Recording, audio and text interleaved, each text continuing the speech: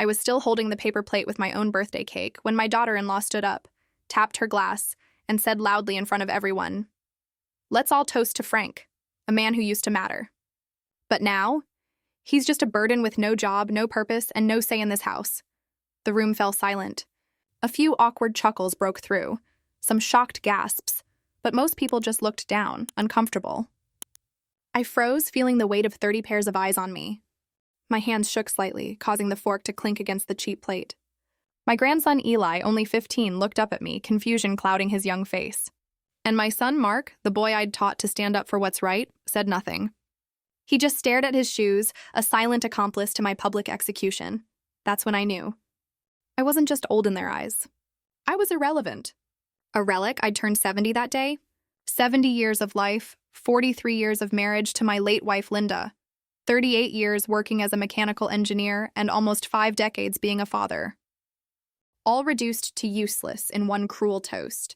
The living room of what used to be my home felt suddenly foreign. The walls I'd painted myself 3 times over the years seemed to close in. The hardwood floors I'd installed with my own hands felt unsteady beneath my feet. This house, our house, had been my sanctuary after Linda passed 2 years ago. Now it was the stage for my humiliation. Erica continued, her voice dripping with false sweetness. I mean, we all know Dad's best days are behind him. Can't drive properly anymore. Can't fix anything without making a bigger mess. Can't even remember to take his pills without reminders. She laughed, encouraging others to join. A few did, nervously. Sometimes I wonder why we even bother keeping his room. It's not like he contributes to the mortgage. I saw Mrs. Peterson, our neighbor of 20 years, wince. Pastor Williams, who'd officiated at Linda's funeral, cleared his throat uncomfortably. Even Erica's own mother looked mortified. I glanced at the mantelpiece where Linda's photo stood. Her kind eyes seemed to meet mine across the room. "Don't let them see you break, Frank," I could almost hear her say. So I straightened my back, despite the arthritis that had been plaguing me lately, and forced a smile. "Thank you for the honest toast, Erica," I managed to say, my voice steadier than I felt. "And thank you all for coming today." I set my plate down on the coffee table, the same table Linda and I had found at an antique store in Vermont during our 30th anniversary trip. Before I could say anything else, the doorbell rang. "I'll get it," Eli said, jumping up. He seemed relieved for any excuse to escape the tension. I watched as he opened the door, revealing a striking woman in her 60s, silver-haired and immaculately dressed in a tailored navy suit. I recognized her immediately, Judge Evelyn Hart. She'd been Linda's best friend since college, though I hadn't seen her since the funeral. "Am I late?" she asked, her voice clear and authoritative. "No, you're right on time," I replied, finding my voice again. Erica's smile faltered. She hadn't invited Judge Hart. That much was obvious from her expression. "Judge Hart," she said, composing herself quickly. "What a surprise. We weren't expecting you." "I wouldn't miss Frank's 70th, Evelyn replied coolly. Linda would never forgive me.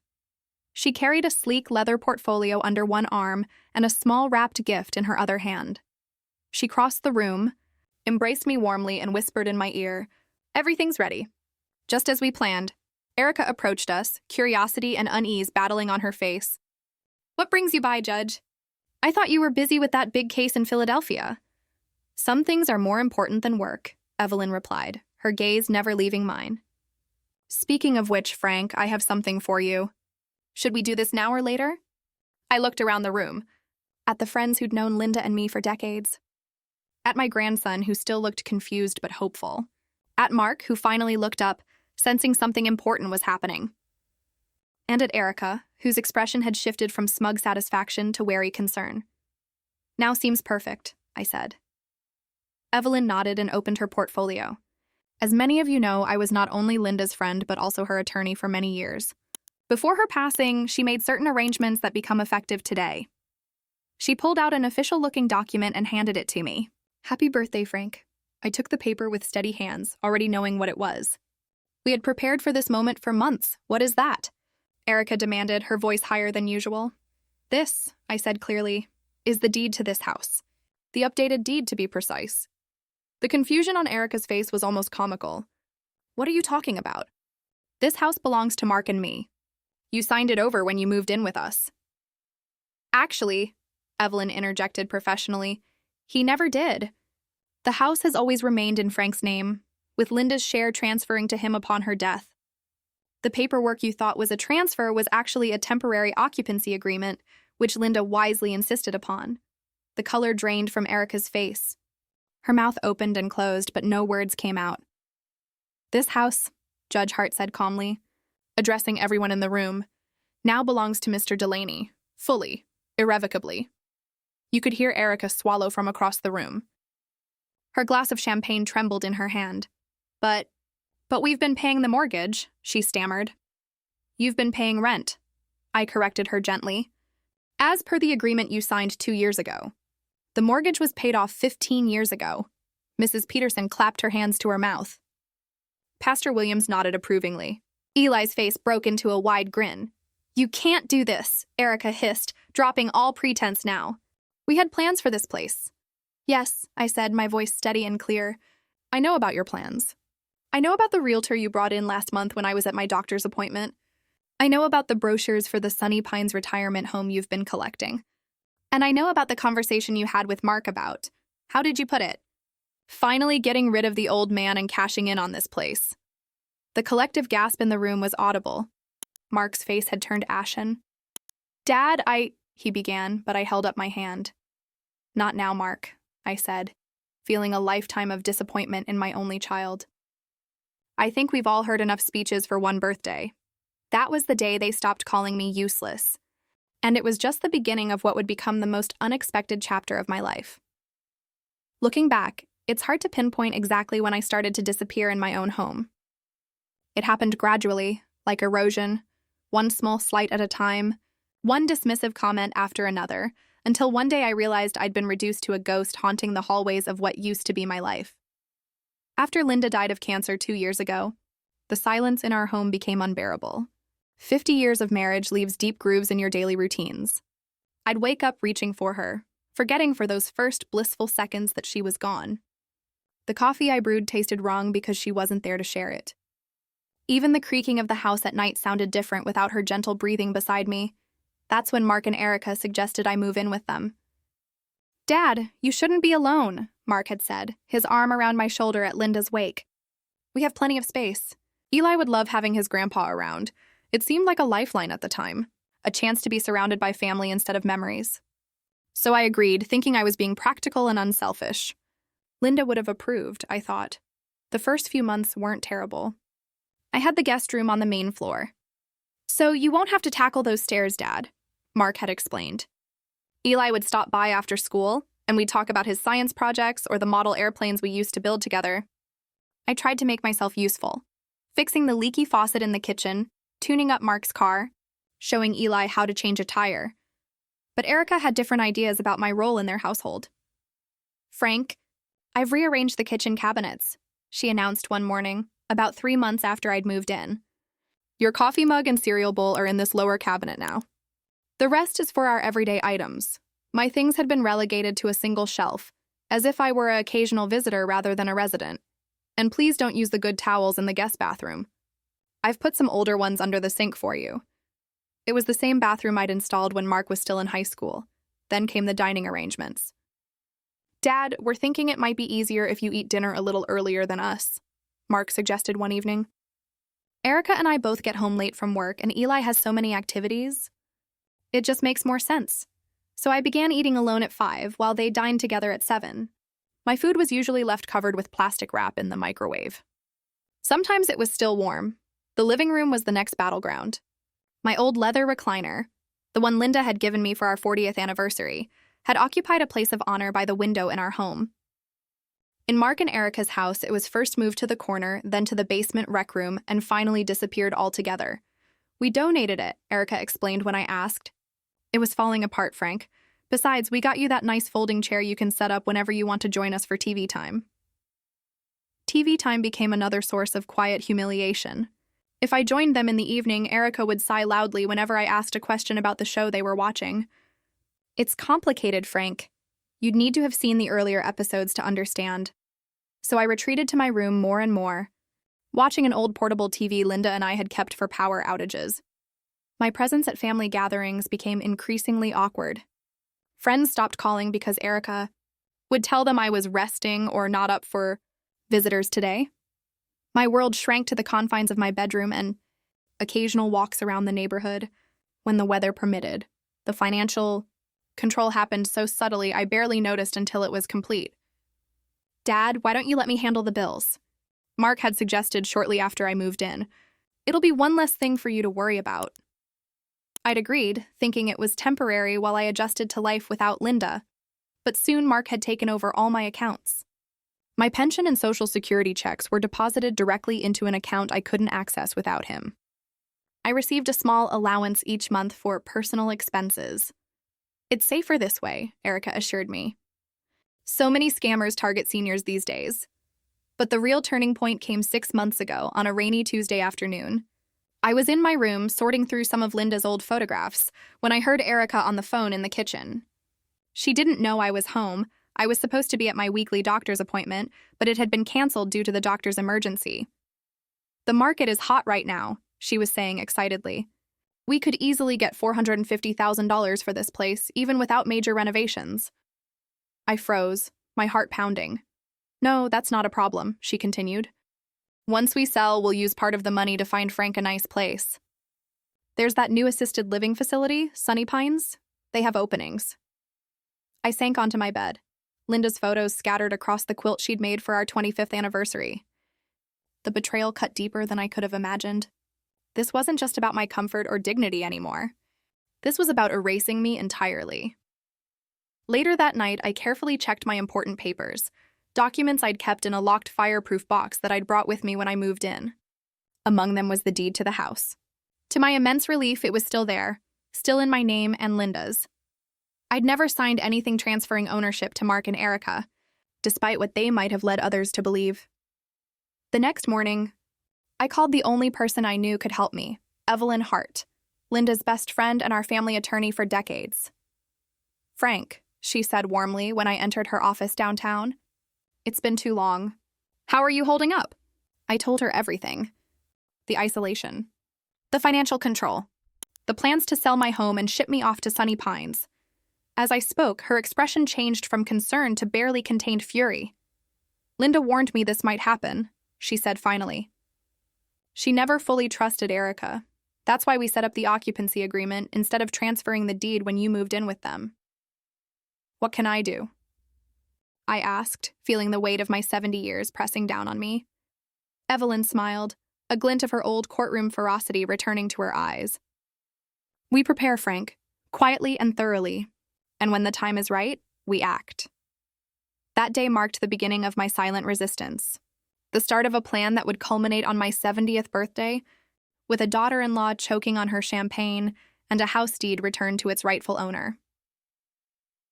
The 3 months between my discovery of Erica's plan and my 70th birthday were the longest of my life.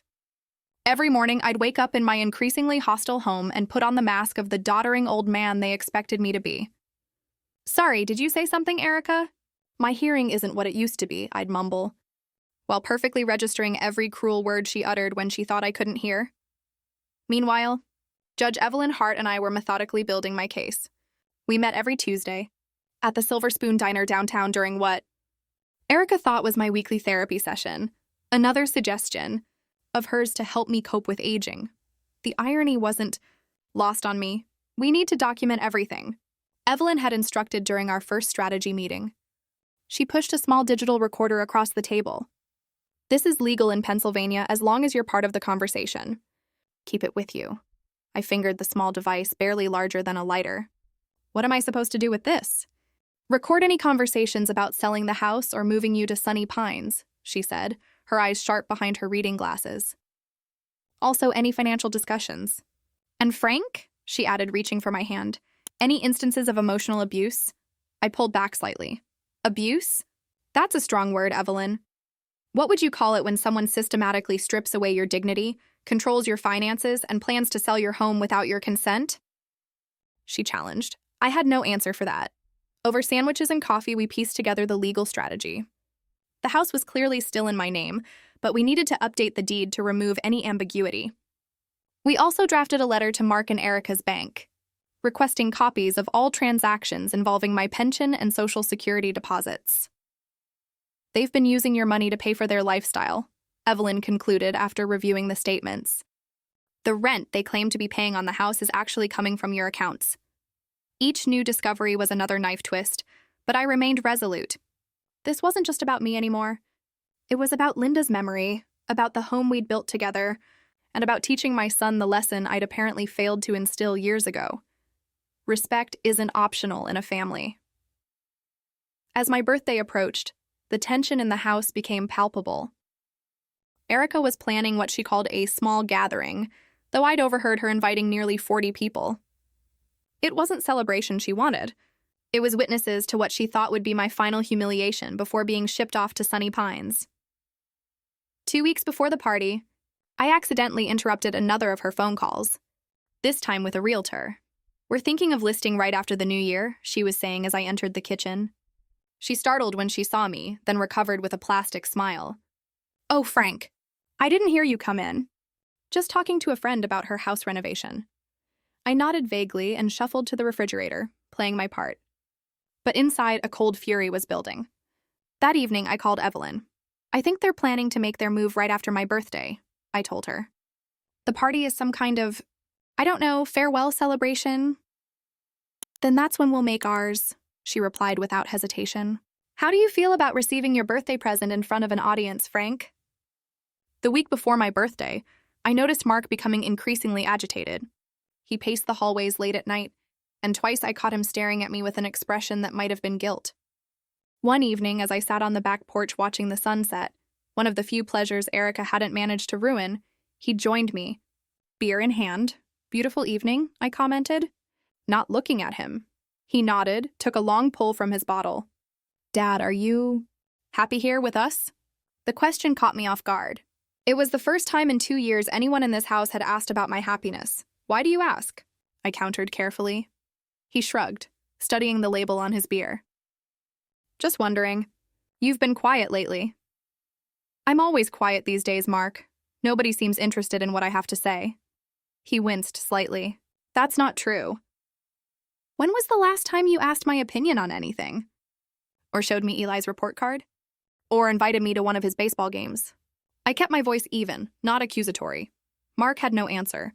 After a long silence, he mumbled, "Erica thinks it's better if you have your own routine, separate from ours. Less stressful for you. And what do you think, son?" He stood up abruptly. "I think it's getting chilly out here. You should come inside before you catch cold." And just like that, he was gone, dodging the question like he'd dodged standing up for me for the past 2 years. The morning of my birthday dawned bright and clear. I awoke early, as I always did, but remained in bed longer than usual, mentally preparing for the day ahead. Today would change everything, one way or another. When I finally emerged, the house was already buzzing with activity. Erica had hired caterers who were setting up in the kitchen. Eli was hanging streamers in the living room. "Happy birthday, Grandpa." He called when he saw me. "Thanks, buddy," I replied, genuinely warmed by his enthusiasm. Whatever happened today, I hoped my relationship with my grandson would survive. Erica swept in, clipboard in hand. "Oh good, you're up. The party starts at 2. I've laid out an outfit for you on the chair in your room. The blue sweater and gray slacks? I thought I might wear my navy suit," I said mildly. "The one I wore to Linda's funeral." Erica frowned. "That old thing?" "It's so formal, Frank. This is a casual gathering." "It's my 70th birthday," I reminded her. "And I'd like to wear my suit." For a moment, I thought she might argue, but then she shrugged dismissively. "Fine, whatever makes you happy. Just be ready by 2. As I dressed, I thought about Linda. Would she approve of what I was about to do? She had always been the peacemaker in our family, the one who smoothed over conflicts and found common ground. But she had also been fiercely protective of our home and our dignity. "I'm doing this for us, Lynn," I whispered to her photograph on my nightstand. "For everything we built together." By 1:30, guests had begun to arrive. Old neighbors, a few of my former colleagues, some church friends. Conspicuously absent were most of my longtime fishing buddies and poker group, people Erica had gradually pushed out of my life over the past 2 years. At precisely 1:45, I texted Evelyn, "Everything on schedule?" Her reply came immediately, "En route. ETA 15 minutes. Ready?" I took a deep breath and typed back, "Ready." As I emerged from my room in my freshly pressed suit, I caught sight of myself in the hallway mirror. Despite everything, I looked good, strong, not at all like the feeble old man Erica had been portraying me as. I straightened my tie, the blue one Linda had given me on our last anniversary together, and walked into the living room to face whatever came next. Little did I know, the birthday cake I would be holding just 30 minutes later would become the silent witness to the most dramatic turning point of my life. The aftermath of Judge Hart's announcement was chaos. Pure, unfiltered chaos. Erica's champagne glass slipped from her fingers, shattering on the hardwood floor she'd been so proud of refinishing last spring. "This is ridiculous!" she sputtered, her voice an octave higher than normal. "Mark, say something." All eyes turned to my son, who stood frozen between his wife and me, a man caught between betraying his father and contradicting his wife. The tension in the room was thick enough to cut with a knife. "Is this true?" he finally asked, his voice barely above a whisper. I nodded. "Every word. The house has always been in my name. The agreement you both signed was for occupancy, not ownership." Erica's face contorted with fury. "You tricked us." "You let us believe—" "I let you believe what you wanted to believe," I interrupted calmly. "You never actually asked me if I'd transferred the deed." "You assumed? We've been paying the mortgage for 2 years," she shrieked. "No," Evelyn interjected, her voice carrying the authority of 30 years on the bench. "You've been paying rent as stipulated in the agreement you signed. An agreement, I might add, that clearly states temporary occupancy in the very first paragraph." A murmur rippled through the guests. Mrs. Peterson whispered something to Pastor Williams, who nodded gravely. "I have copies for anyone who'd like to see the documentation," Evelyn continued, pulling more papers from her portfolio, including bank statements showing that the so-called rent payments were actually being withdrawn from Frank's own accounts. In essence, he's been paying himself to live in his own home. Another collective gasp filled the room. Mark's face had gone from ashen to crimson. "Dad," he began, his voice cracking. "I didn't know. About the money, I mean. Erica handles all the finances."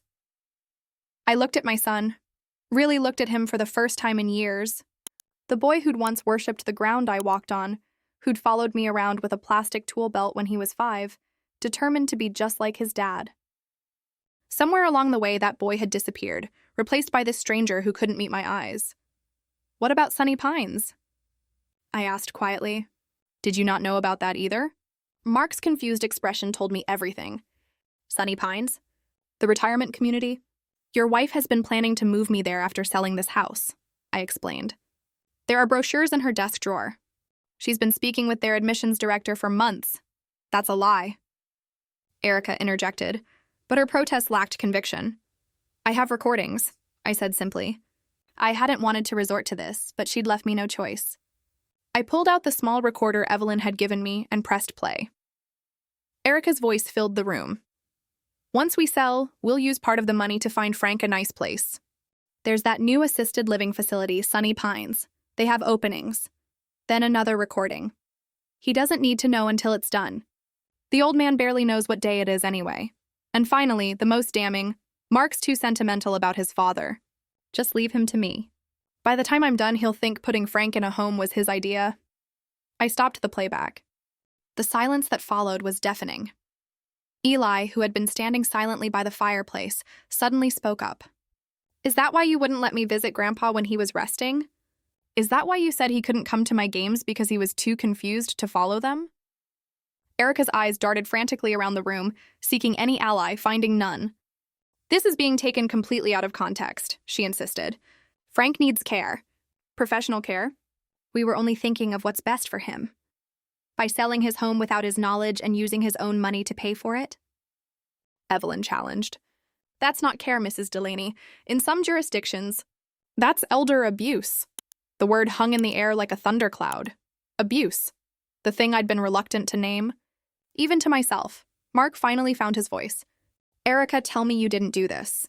Tell me you didn't plan to put my father in a home and sell his house." But Erica had moved beyond denial to desperate anger. "He's your father, but he's my burden. Do you have any idea what it's like having him here every day? Watching everything I do, judging me with those eyes, Linda's eyes. He's never thought I was good enough for you, and now he's turned you against me too. Her words hung in the air, raw and revealing. So that was it. After all these years, she still felt threatened by my bond with my son, by Linda's legacy in this home. No one has turned anyone against you, Erica, I said quietly. Your own actions have done that. The party guests had become a silent jury, watching the family drama unfold with equal parts discomfort and fascination. I suddenly felt exhausted. This public reckoning wasn't what I'd wanted, not really. I'd only wanted my home back, my dignity restored. I think, I said, looking around at the shocked faces, that this party is over.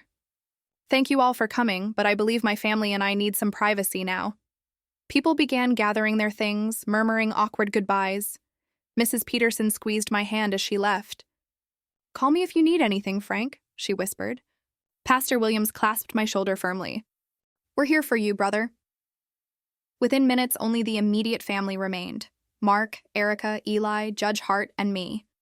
What happens now? Mark asked, sounding lost. Evelyn looked to me. This was my decision. I took a deep breath. Now I reclaim my home. I'll be staying here. You three have 2 weeks to make other arrangements. You're kicking us out? Erica's voice was incredulous. Where are we supposed to go? That's not my concern, I replied, surprising myself with my firmness. You were planning to sell this house and move anyway. Now you'll just be doing it without the proceeds from my property. Dad, Mark began, but I held up my hand. No, Mark. For 2 years, I've lived as a guest in my own home. I've been isolated, belittled, and manipulated. It ends today. Eli, who had been unusually quiet, suddenly spoke up. Can I still see you, Grandpa? Even if we move? My heart broke a little at the uncertainty in his young voice. Of course you can, buddy. Anytime you want. This will always be a home for you. Erica stormed out of the room, slamming the door to the master bedroom. Mark stood awkwardly, torn between following his wife and staying to make amends with his father. You should go check on her, I said, releasing him from his indecision. We'll talk tomorrow, when things have calmed down. After they left, only Evelyn and Eli remained in the living room with me. That was quite a birthday party, Frank, Evelyn said, a small smile playing at the corners of her mouth. Not exactly what I had in mind when I blew out the candles, I admitted. What did you wish for, Grandpa? Eli asked, helping me collect discarded plates and cups. I looked at my grandson, so much like Mark at that age, but with Linda's curious eyes, and felt a surge of hope for the first time in years. I wished for the truth, I told him honestly, and it looks like I got it. The house was eerily quiet that night after everyone left. For the first time in 2 years, I felt both utterly alone and completely free. I wandered through the rooms, touching furniture, examining photographs, reacquainting myself with a space that had been mine but not mine for too long. In the kitchen, half-eaten canapes and abandoned drinks still littered the countertops. The birthday cake, barely touched, sat forlornly on the dining table, Happy 70th Frank, written in blue icing that was starting to crack. I ran my finger along the edge of the cake, tasting the sweetness that had turned bitter with Erica's toast. Well, Lynn, I said aloud to the empty room, that wasn't quite how I imagined spending my 70th. I could almost hear her reply. At least it wasn't boring, Frank. I chuckled despite myself. No, it certainly wasn't boring. Evelyn had left shortly after Mark and Erica retreated upstairs, but not before giving me a fierce hug. You did well today, she'd said. Linda would be proud, would she? I'd wondered aloud. She always hated confrontation. She hated injustice more, Evelyn had reminded me. Call me tomorrow. We still have details to sort out. Now, alone in the quiet house, I felt the weight of what had happened and what was still to come. The battle was won, but the war wasn't over. Mark and Erica wouldn't leave quietly. That much was certain. I made my way upstairs, something I rarely did anymore since my room had been relocated to the main floor. The master bedroom door was closed, muffled voices arguing behind it. I paused for a moment, then continued down the hall to what used to be the guest room, but had become Eli's bedroom when I moved in. I knocked softly. Come in, Eli called. He was sitting on his bed, headphones around his neck, his laptop open but screen dark. He looked up as I entered, his expression a mixture of confusion and relief. Hey, kiddo, I said, suddenly unsure what to say. How do you explain to a 15-year-old that his mother had been systematically gaslighting his grandfather? Was Mom really going to sell the house without telling you? He asked directly. I sat down on the edge of his bed, wincing slightly as my knees protested. Yes, she was. And put you in a home? That was the plan. He was quiet for a moment, processing. Did Dad know? That was the question that had been haunting me too. How much had Mark known? How much had he chosen not to know? I'm not sure, I answered honestly. I think your mom kept some things from him. But he should have paid more attention. He should have asked more questions. Eli nodded, wise beyond his years. He always just goes along with what Mom wants. It's easier. The simple truth of that statement hit me hard. Mark had always taken the path of least resistance, even as a child. Linda had worried about it, tried to instill more backbone in him, but some temperaments are harder to change than others. What's going to happen now, Grandpa? Eli asked, and I could hear the fear in his voice. Fear of change, of family rupture, of lost security. I put my arm around his shoulders, this boy who was nearly as tall as me now. We're going to figure it out. Your parents will find a new place to live and you'll go with them. But you can visit me anytime. This will always be your home too. I don't want to leave, he said, his voice cracking slightly. Can I stay with you? My heart twisted painfully. That's not for me to decide, buddy. But we'll talk about it, okay? All of us, when things calm down. I left him to his thoughts and continued my tour of the second floor. At the end of the hall was the room that had been Linda's home office, later converted to a storage space. I hadn't been in there for years. The door creaked as I opened it. Boxes were stacked against one wall, Christmas decorations, old tax records, photo albums. But what caught my eye was Linda's desk, still in the corner where she'd left it. Her old leather chair was pushed in neatly, as if waiting for her return. I sat down, feeling the familiar embrace of the worn leather. The desk drawers were locked, but I knew where she kept the key taped under the right-hand drawer, our little secret. The key was still there, untouched. Inside the top drawer were her personal papers, neatly organized in folders. Birth certificates, our marriage license, her parents' death certificates. And beneath them, a sealed envelope with my name, written in her familiar handwriting. My hands trembled as I opened it. My dearest Frank, if you're reading this, I'm gone, and something has happened to make you search through my desk. I hope it's not because Mark and Erica are giving you trouble, but I've had my concerns. Erica has always been territorial about Mark, about your relationship with him. I've tried to help her understand that love isn't a competition, but I'm not sure the message ever took hold. If they've moved you into our home under the guise of helping you, but you're feeling pushed out or diminished, please talk to Evelyn. She has instructions about the house and our finances. Remember when we renewed our vows for our 40th anniversary, and you promised to always stand up for yourself even when I wasn't there to do it for you? I'm holding you to that promise, my love. You deserve respect and dignity. Never forget that. All my love, always. Linda, tears streamed down my face as I read her words. Even from beyond, she was protecting me, guiding me. I carefully folded the letter and put it in my pocket, close to my heart. The next morning, I woke early as usual but stayed in bed, listening to the sounds of the house. Footsteps overhead. Water running. A door closing. The familiar rhythm of a family starting their day, except nothing was familiar anymore. I finally got up when I heard the front door close, Mark leaving for work, I assumed. In the kitchen, Erica was aggressively loading the dishwasher, slamming cups and plates with barely contained fury. Good morning, I said, moving to the coffee maker. She didn't respond, just slammed another plate into the rack. We need to talk about arrangements, I continued, keeping my voice neutral, for you, Mark, and Eli to move out. We're not going anywhere, she said flatly, finally turning to face me. Her eyes were red-rimmed but fierce. This is our home. We've lived here for years. We've improved it, maintained it. With my money, I reminded her. And it's legally my house.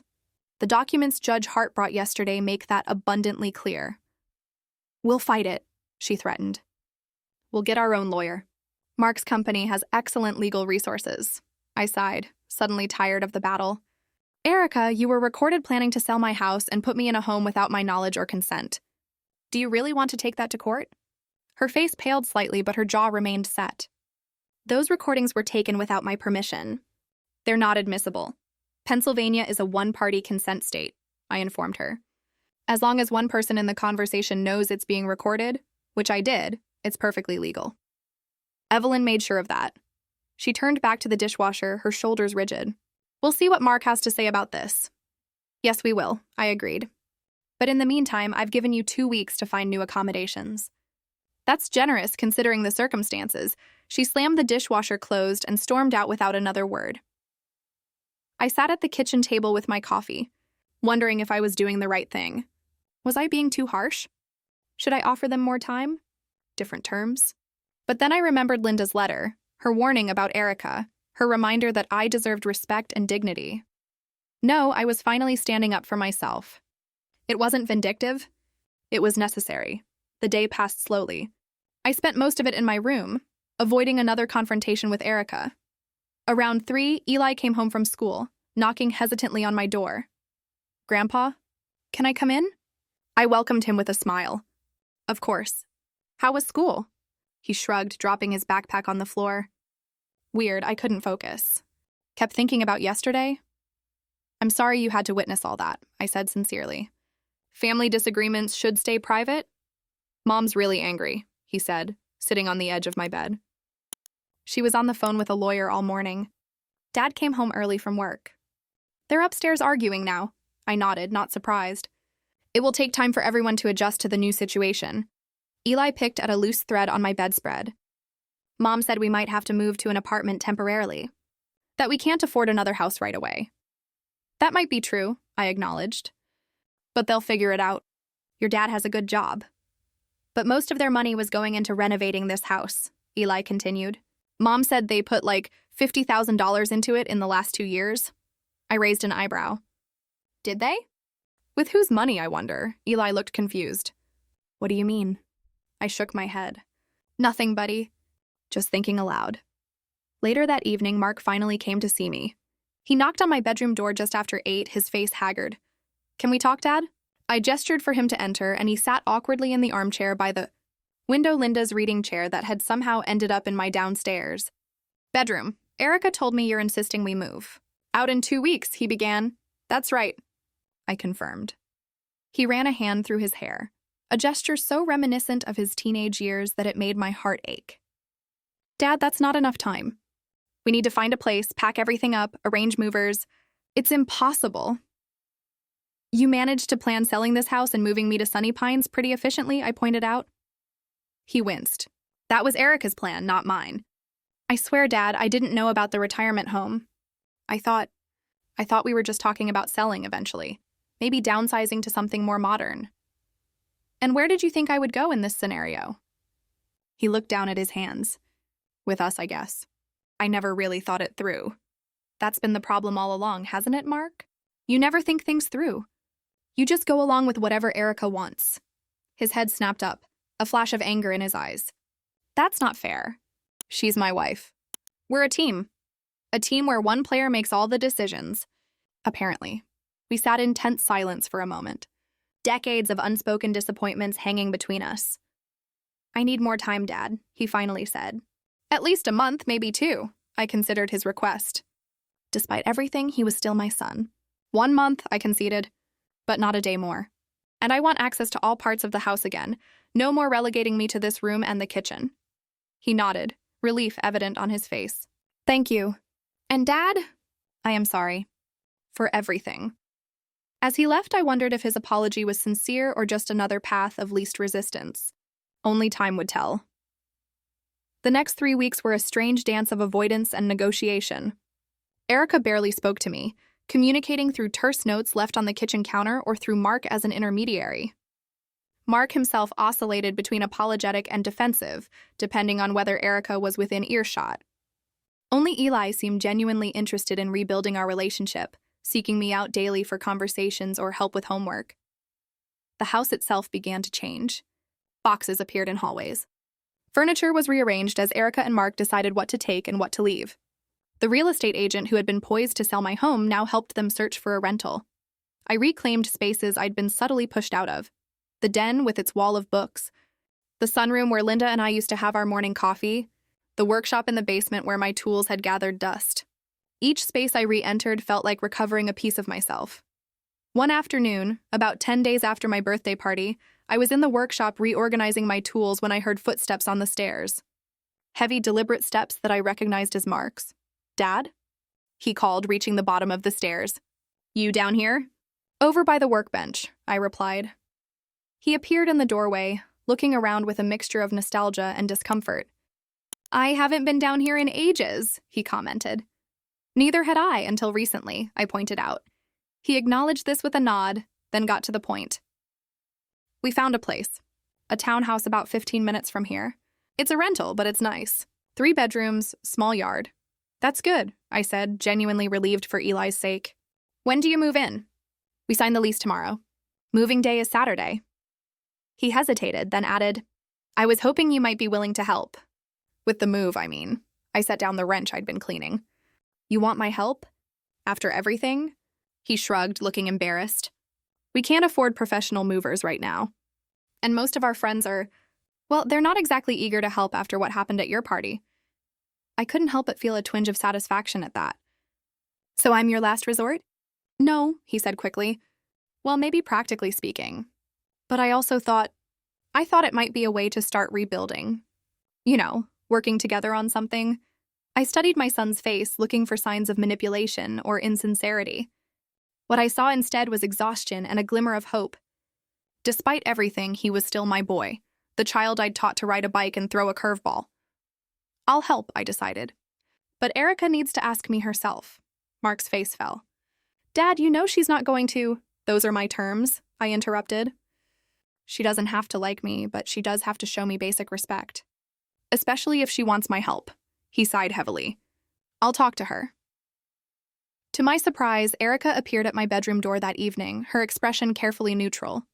"Mark said you wanted to speak with me," she began. I gestured for her to enter, but she remained in the doorway, arms crossed defensively. "I understand you need help with the move on Saturday," I said. She nodded stiffly. "We could use an extra pair of hands." "And you're asking for my help?" She swallowed hard, pride visibly warring with necessity. "Yes," she finally managed. "I'm asking for your help." It wasn't gracious, but it was a start. "Then I'll help," I said simply. She turned to leave, then paused. "Frank," she said, not looking at me, "I never meant for things to get so complicated. I just wanted what was best for my family." "I am your family," I reminded her quietly. Or at least I was supposed to be. She had no response to that, just nodded once and left. Saturday arrived with clear skies and mild temperatures, perfect moving weather. By 8 in the morning, the driveway was filled with cars. Mark's SUV, a borrowed pickup truck from a neighbor, and a small U-Haul trailer. Eli's friends had come to help with his room, and to my surprise, Mrs. Peterson and her son appeared with coffee and donuts. "Couldn't let you do this alone, Frank," she said, patting my arm. "Besides, James here has a strong back and nothing better to do on a Saturday." James, a burly man in his 40s, grinned and flexed comically. "At your service, Mr. Delaney." The work went faster than expected with the extra hands. By mid-afternoon, the house was eerily empty of Mark and Erica's possessions. Only Eli's room remained partially packed, and he was working steadily with his friends. I found Mark in the kitchen, making a final sweep for forgotten items. "I think that's almost everything," he said, closing a cabinet. "Just Eli's stuff left." I nodded, leaning against the counter. "The place looks good. Mrs. Peterson's son is a machine." Mark smiled slightly. "Mom would have liked seeing everyone pitch in like this. She always said a community shows its strength in transitions." The mention of Linda created a moment of shared remembrance between us. "She did say that," I agreed. "Often." We stood in companionable silence for a moment until Erica's voice called from the front door. "Mark, we need to get going if we want to make the second trip before dark." The spell broken, Mark straightened up. "I'd better go. But Dad, thank you. For today, and for the extra time." I nodded, suddenly finding it hard to speak past the lump in my throat. My son was leaving the family home, and despite everything, it felt momentous. As the last boxes were loaded and goodbyes were said, I found myself standing on the front porch with Eli, who was lingering while his parents made final preparations. "I don't want to go," he said suddenly, his voice small. "I've lived here my whole life." I put my arm around his shoulders. "I know, buddy. But you'll still see this place. You can visit anytime you want. It won't be the same, he insisted. And Mom's still really angry. She might not let me come over. She will, I assured him, hoping I was right. Once things settle down, we'll figure out a routine. Maybe you can spend weekends here sometimes? He brightened at that prospect. Really? You'd let me stay over? Of course. Your room will always be your room. Erica's voice called from the driveway. Eli, time to go! He hugged me quickly, fiercely, then bounded down the steps toward the waiting vehicles. Mark gave me a final nod, and Erica didn't look back at all. Then they were gone, the sound of engines fading down the street, leaving me alone in a house that was fully mine again for the first time in years. The silence was deafening. That night, I wandered through the empty spaces, feeling both liberated and bereft. I had won, but at what cost? My son and grandson were gone. The house felt cavernous, each footstep echoing off bare walls where family photos had once hung. In the living room, I found a forgotten item, a small wooden box I recognized immediately. It was the chess set I had given Mark for his 12th birthday, handcrafted by a local artisan. We had played hundreds of games on that board over the years until college and girlfriends and adult life had intervened. I opened the box, running my fingers over the carved pieces. The king had a small chip where Mark had dropped it during a particularly intense match. The queen's crown was worn smooth from Linda's habit of rubbing it for luck when she played. I set up the board on the coffee table and sat staring at it, memories washing over me. Then I reached for my phone and, before I could second-guess myself, sent a text to Mark. You forgot your chess set. Maybe you could come by tomorrow afternoon and we could play a game? Like old times. His response came quickly. I'd like that, Dad. 2 p.m.? Perfect, I replied, feeling a small flicker of hope kindle in my chest. The house was still too quiet, still too empty. But tomorrow, there would be the familiar click of chess pieces on the board, the comfortable silence of concentration, the small connecting thread of a tradition resumed. It wasn't everything. But it was a start. 2 months passed, bringing the first hints of spring to Lancaster. The maple tree in the front yard, the one Mark had climbed as a boy, showed the smallest buds of green. The daffodils Linda had planted along the walkway pushed through the soil, reaching for sunlight. And slowly, carefully, my relationship with my son began to thaw. Our Sunday chess games became a ritual neither of us missed. Sometimes Eli would join us, learning the game with the earnest concentration of youth. Sometimes Mark came alone, and we'd talk haltingly at first, then with increasing ease about everything except Erica and the past. On a particularly mild Sunday in March, as we reset the board for a second game, Mark cleared his throat nervously. Dad, there's something I need to tell you. I looked up, recognizing the serious tone. What is it? He fidgeted with a pawn, rolling it between his fingers. Erica and I were separating. Although I'd suspected trouble in their marriage from Eli's occasional comments, the confirmation still surprised me. I'm sorry to hear that, I said, and meant it. Despite everything, I never wished for my son's unhappiness. It's been coming for a while, he admitted.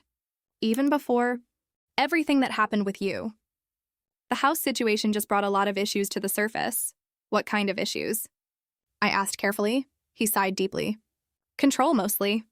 Erica needs to control everything. Our finances, our social life, even how I interact with you and Eli. I never really saw it clearly until that day at your party, when Judge Hart revealed what she'd been planning. I nodded, remembering Erica's face when her schemes were exposed. And now? We're trying counseling, but honestly, Dad, I don't think it's going to work. She refuses to acknowledge that she did anything wrong. She still insists she was acting in the family's best interest. And what do you think? I asked, genuinely curious about his perspective after months of reflection. He looked me directly in the eyes for the first time in what felt like years. I think I let her push you out of your own life. I think I was a coward, and I'll never forgive myself for that. The raw honesty in his voice brought an unexpected lump to my throat. You're not a coward, Mark. You just lost your way for a while. Mom would be so disappointed in me, he said quietly. I shook my head firmly. No. Your mother would understand better than anyone how people can make mistakes for what they think are the right reasons. She'd be proud of you for recognizing it and trying to make amends. Like these chess games? He asked with a small smile. Like these chess games, I confirmed. and like being honest with me now. We sat in companionable silence for a moment, the chess pieces forgotten between us. There's something else, Mark finally said. I've been offered a position in Chicago. Better salary, more responsibility. I've been thinking about taking it. My heart sank. Just as we were rebuilding our relationship, he might move hundreds of miles away. That's a big opportunity, I managed to say. It is, he agreed. But I'm torn about Eli. With Erica and me separating, a move would complicate custody arrangements. And he's just started to feel settled again after everything that happened. What does Eli want? I asked. Mark looked surprised by the question. I haven't actually asked him yet. I wanted to talk to you first. Why me? Because, he said slowly, I was wondering if Eli could stay with you, just until I get settled in Chicago and figure out a more permanent arrangement. Maybe for the school year, so he doesn't have to change schools midterm. I stared at my son, stunned by the proposal. You'd trust me with Eli? After everything that happened? Dad, Mark said earnestly, you're the most trustworthy person I know. You always have been. I just forgot that for a while. The offer was both overwhelming and deeply healing. My son was not only rebuilding our relationship, but entrusting me with his most precious possession, his child. I'd be honored, I said finally. But we should ask Eli how he feels about it. Mark's relief was palpable. I already know he'll say yes. He talks about you constantly, about how you help him with his science projects and take him fishing on Saturdays. He told me last week that he wishes he could live with you. He did? I couldn't hide my surprise or my pleasure. He did, Mark confirmed. And Erica?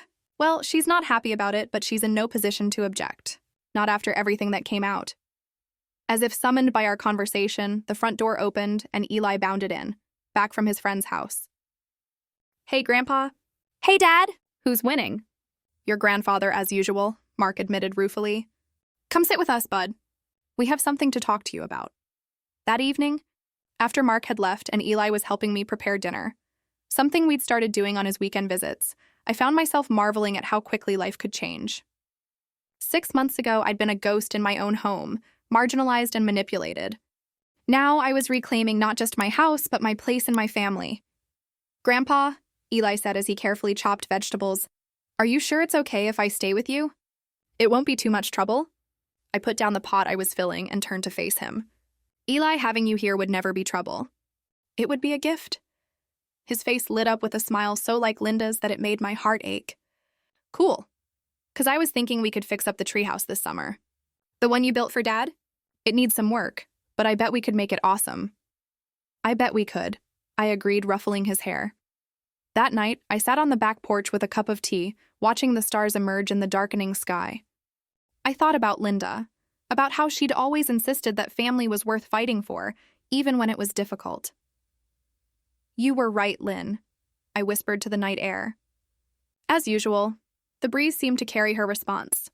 I know, Frank. I always am. The following weeks were a whirlwind of activity. Mark accepted the Chicago position and began preparing for his move. Erica, after initial resistance, agreed to a trial period where Eli would live primarily with me while visiting her every other weekend. Judge Hart helped draw up a formal custody agreement that protected everyone's interests. Meanwhile, Eli and I transformed the spare bedroom upstairs into a space truly his own. We painted the walls a deep blue, installed shelves for his science models and books, and splurged on a desk where he could do his homework with a view of the backyard. This is way better than my room at Mom's new place, he confided as we assembled the desk. She painted everything gray and white. Says it's modern minimalist, I chuckled. Well, this is teenage maximalist. Whatever makes you comfortable. By early April, the arrangements were complete. Mark would leave for Chicago at the end of the month. Eli would finish the school year living with me. Erica had secured a smaller apartment closer to her work and seemed, according to Mark, to be adjusting to her new independence with surprising enthusiasm. I think she's actually relieved, he told me during our last chess game before his departure. Our marriage had become more habit than happiness. And what about you? I asked. Are you happy about these changes? He considered the question thoughtfully. I'm hopeful, scared but hopeful. It feels like I'm finally making decisions for myself instead of just going along with what's expected. That's a good feeling, I assured him. Your mother would say it's never too late to start living authentically. He smiled at the mention of Linda. She would, wouldn't she? Always with the perfect advice. Always, I agreed. The day Mark left for Chicago dawned bright and clear. Eli and I drove him to the airport, the car loaded with his essential belongings. The rest would follow once he found permanent housing. At the security checkpoint, Mark hugged his son tightly. Be good for Grandpa, okay? And call me every night. I will, Eli promised, blinking back tears he was too teenage proud to shed. Then Mark turned to me. Dad, he began, but emotion seemed to overcome him. I pulled him into an embrace, this grown man who would always be my little boy. I know, I said simply. I'm proud of you, son. He pulled back, wiping his eyes quickly. Take care of each other, he managed. We will, I assured him. And we'll visit as soon as you're settled. As we watched him disappear through security, Eli's hand found mine, squeezing briefly before letting go that fleeting touch of connection that teenagers allow themselves. He'll be okay, right? He asked as we walked back to the parking garage. He'll be more than okay, I said confidently. He's finding his way back to himself. Like you did, Eli observed with surprising insight. I glanced at my grandson, seeing the wisdom in his young face. Yes, I agreed. Like I did. On the drive home, Eli was unusually quiet, staring out the window at the familiar landmarks of Lancaster. As we turned onto our street, he finally spoke. Grandpa, do you think people can change? Really change? I considered the question seriously. I do. But I think it takes either great courage or great pain, sometimes both. He nodded, processing this. I think Mom might be changing. A little bit, anyway. Last weekend when I visited, she actually asked about you. How you were doing. If you were taking good care of me, did she? I was genuinely surprised. Yeah. And she didn't even make that face she usually makes when she talks about you. I laughed despite myself. Well, that's progress, I suppose. As we pulled into the driveway of the house our house now, I noticed Mrs. Peterson waving from her yard. She'd become a regular visitor in recent months, often bringing casseroles or fresh-baked cookies for the growing boy. Mr. Peterson wants to know if you two would like to join us for a barbecue tonight, she called. James and his family are coming over. Nothing fancy, just neighbors breaking bread together. I looked at Eli, who nodded enthusiastically. We'd love to, I replied. Should we bring anything? Just yourselves, she said with a warm smile. And maybe that chess set. James's son is learning to play. As we unloaded the car, I marveled at how life had come full circle. From isolation to community. From being pushed aside to standing firm at the center of my own life. That night, surrounded by neighbors watching Eli teach chess to James's 10-year-old son, I felt Linda's presence more strongly than I had in years. Not as a ghost or a memory, but as a continuing influence her values and wisdom living on through me. Through Mark. Through Eli. I raised my glass in a silent toast to her. To the journey that had brought me here, and to the unexpected gift of a second chance at family, 1 year after my 70th birthday, the day that had changed everything.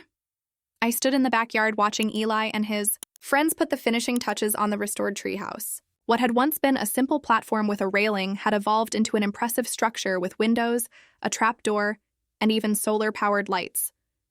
What do you think, Grandpa? Eli called down, his face flushed with pride and exertion. I think it's magnificent, I replied honestly. Your father wouldn't recognize it. He'll see it next week when he visits, Eli reminded me. I can't wait to show him. Mark had settled well in Chicago, flourishing in his new position and slowly rebuilding his life. He visited monthly, spending long weekends reconnecting with Eli and continuing our chess tournaments. The distance, rather than weakening our bond, had somehow strengthened it. Each visit more meaningful than casual daily interactions might have been. Erica, too, had undergone changes. Her initial bitterness had gradually softened as she built a new life for herself. She'd returned to school to finish her long-abandoned degree in interior design and seemed genuinely happier in her independence. Her relationship with Eli remained complicated, but was improving steadily. To my surprise, she'd even begun to thaw toward me, acknowledging my birthday with a card that, while not effusive, was at least civil. As for me, the past year had brought unexpected joys and challenges. Raising a teenager at 71 wasn't what I'd planned for my retirement, but it had rejuvenated me in ways I couldn't have imagined. I coached Eli's science club, chaperoned field trips, attended parent-teacher conferences, and learned more about video games and social media than I ever thought possible. My world, which had contracted so painfully during those 2 years with Mark and Erica, expanded again, filled with Eli's friends, school events, neighborhood gatherings, and even a seniors hiking group I joined at Mrs. Peterson's insistence. "Frank Delaney," she'd declared one morning, appearing at my door in hiking boots and a floppy hat, "you need more friends your own age. You're coming with me to meet the Silver Striders, and I won't take no for an answer." I'd gone reluctantly but returned invigorated, having walked 4 miles along the river with a dozen spirited seniors who treated aging as an inconvenience rather than a conclusion. The doorbell rang, pulling me from my reflections. "I'll get it," I called to Eli, who was now helping his friends carry snacks up to the treehouse. I opened the door to find Judge Evelyn Hart, elegant as always in a linen suit despite the summer heat. "Evelyn! What a surprise," I greeted her warmly. We'd kept in touch over the past year, meeting occasionally for lunch or coffee, but her unannounced visits were rare. "I was in the neighborhood for a hearing and thought I'd stop by," she explained, stepping inside. "Is this a bad time?" "Never for you," I assured her, leading her to the kitchen where I poured 2 glasses of iced tea. "Eli's entertaining his engineering team in the backyard. They've rebuilt the treehouse as their summer project." She smiled, accepting the tea gratefully. "How domestic you've become, Frank. It suits you." "Who would have thought?" I agreed. A year ago, I was planning to live out my days alone in this house.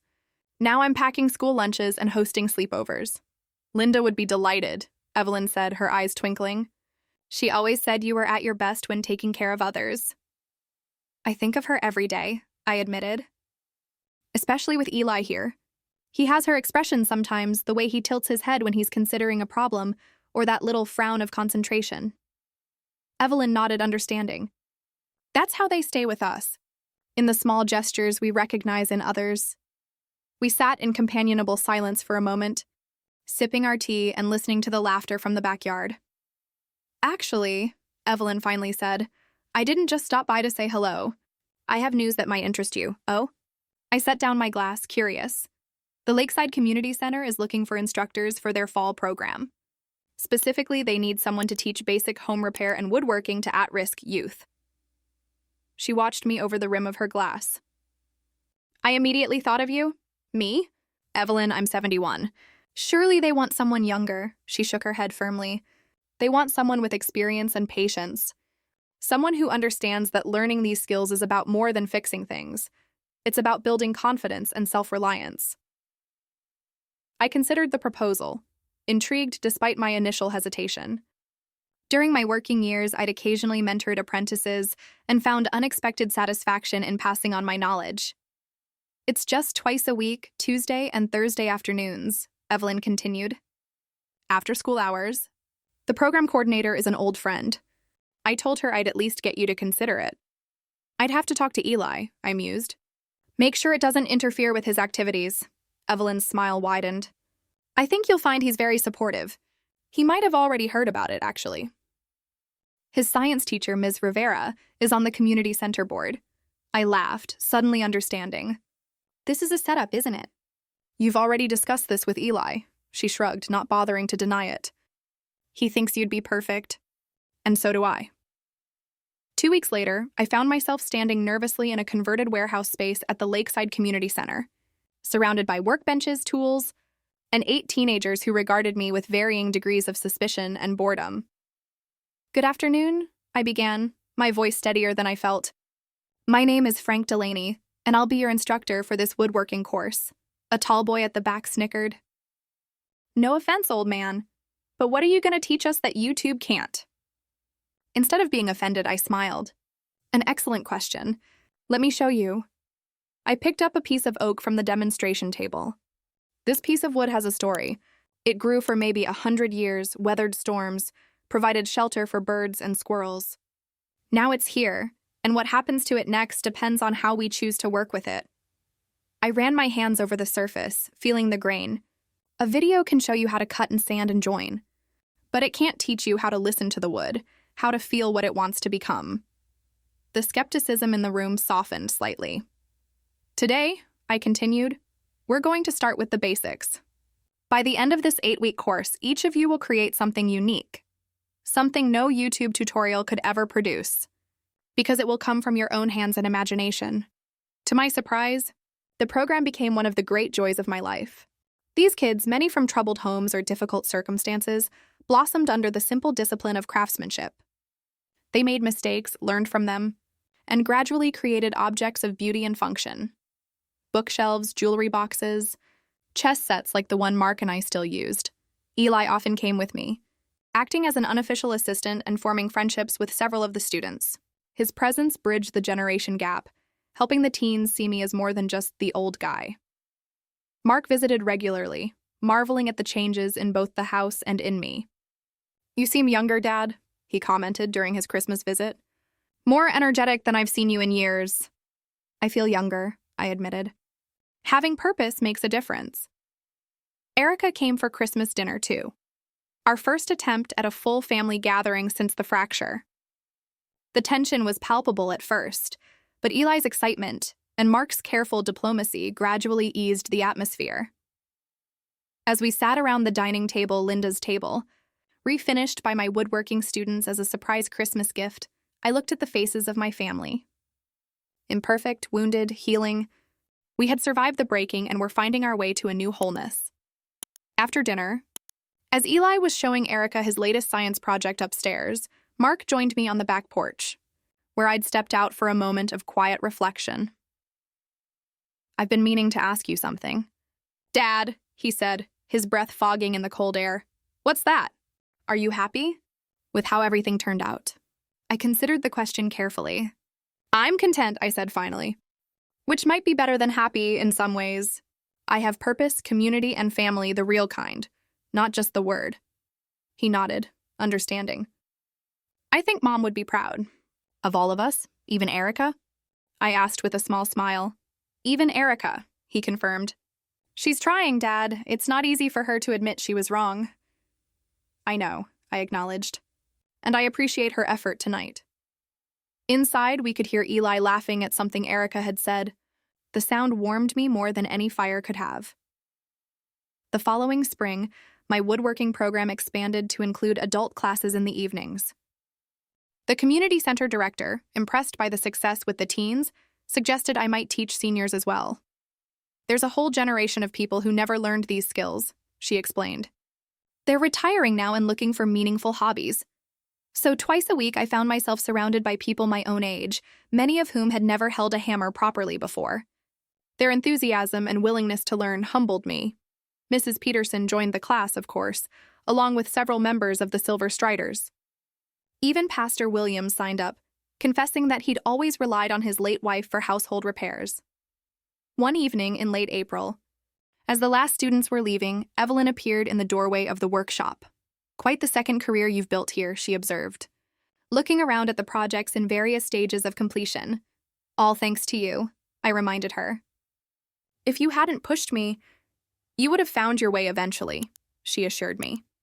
"You're too stubborn to stay down for long." We walked out together into the mild spring evening. "Have you heard from Erica recently?" she asked as we strolled toward the parking lot. "She called last week, actually," I replied, still somewhat surprised by this development. Wanted to know if Eli could spend part of the summer with her. "She's bought a small house with a garden. Thought he might enjoy helping her set it up." "And you agreed?" Evelyn raised an eyebrow. I did. He needs his mother in his life, and she seems genuinely committed to rebuilding their relationship. I shrugged. "Life's too short for grudges, Evelyn," she smiled approvingly. "Linda always said you had the most forgiving heart of anyone she knew." "Not always," I admitted. "But I'm working on it." As we reached our cars, Evelyn paused. "There's a fundraising gala for the community center next month. As a board member, I'm required to attend. I was wondering if you might accompany me."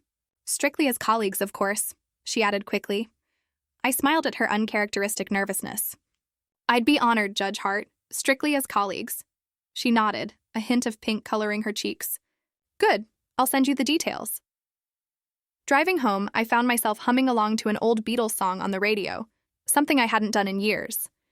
The house lights were on when I arrived, Eli's silhouette visible through the kitchen window as he worked on homework at the table. My house. My grandson. My life reclaimed and rebuilt, stronger for having been broken. I thought back to that birthday party a year and a half ago, when I'd stood holding a plate of cake while my daughter-in-law pronounced me useless. If I could somehow go back and whisper in that stunned man's ear, I would tell him, "Hold on. The story isn't over yet. The best chapters are still to come." As I walked up the path to my front door, I remembered something Linda used to say whenever we faced a challenge. Everything breaks, Frank. What matters is how you put it back. Together. Standing on the porch of the home we'd shared for 40 years. The home I'd nearly lost but had now filled. With new life and purpose, I knew she had been right. Some things, when carefully restored, become more beautiful for having been broken. And sometimes, the most important deed isn't the one to a house, but the one you write with your life. One day, one choice, one act of courage at a time.